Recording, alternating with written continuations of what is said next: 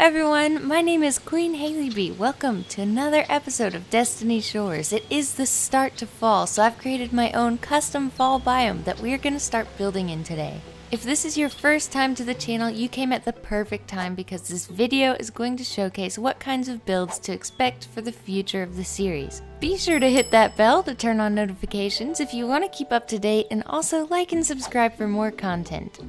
Now we are setting down the structure foundation for the house. This is a fall-themed house made in a cottage style. It kind of reminds me of the cottage from Snow White. This seems like a perfect addition to our town. The house is set on a large lot of land, so there's plenty of room to explore and decorate. I always start laying the structure with one type of block, and then once that shape is set, I go in and change the blocks to the colors that I want. The structure shape that we built earlier has already given us a good guideline for the roof. All we have to do is lay the stone brick blocks over the shape that we've built, and then just add in some alternating stair pieces to make it look more complex. Now we are going around the house adding in mushroom blocks along with bone blocks in a mixed pattern. These blocks have a more creamy shade of white, so it blends in well with the woods and creates a warmer feeling. We don't want to have too many harsh bright whites for this fall theme build, so this was just a softer color choice. Lastly, for the exterior, I added in 2 chimneys on top of the house with red bricks, a cauldron, and cobwebs for the smoke.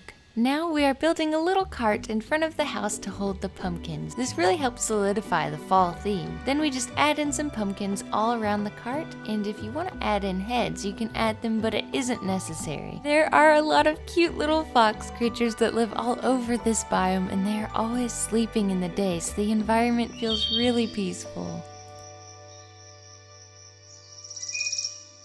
Let's begin the interior of this house now. I will show you everything I did to build the living room and all of the rooms. It's important to stick to your theme even on the inside of the house. Fall has a lot of key factors when thinking about the theme. The outside has a cool air breeze, so the inside should have a cozy, warm feeling. Starting with soft wood tones along with a cozy fireplace. Adding in little decorations like potted plants and paintings will make the room feel less empty and more warm. Bookshelves are also a great way to bring in some color and interest. This can work well for any room that you're trying to add furniture to. Trapdoors are perfect for making creative, detailed-looking furniture, and they worked really well with the bookshelves. I debated a solid colored wool rug, but I went with the patterned terracotta instead. I just made sure I got the shape that I wanted, and then I made it into a somewhat decent-looking pattern. You don't have to go too crazy with it. You can see that I have added in a chandelier made with end rods to give the ceiling a more interesting look, and then I covered the wood borders with trapdoors to give it some dimension.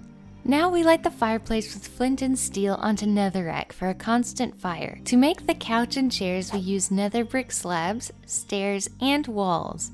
This color block works really well with our red color scheme and mimics a red leather couch with chairs. I've added some small trees in the back of the room made with fences and leaves to try to fill in that empty space with something. This has turned out to be such a cute little cottage living room. My favorite comfort food is steak, so I've added that onto a flat picture frame to make a plate of steak. The living room is finished, and now we are going to move on to the next room, which is going to be our kitchen area. The kitchen is open to the living room, which makes everything feel a lot more open and airy. In the kitchen, we are going to use a campfire to make an open fire oven. It kind of reminds me of pizza ovens, so that's fun, and it brings a cozy feeling to this room as well. Now I just add in a rug, some potted plants, along with item frames with food laid flat.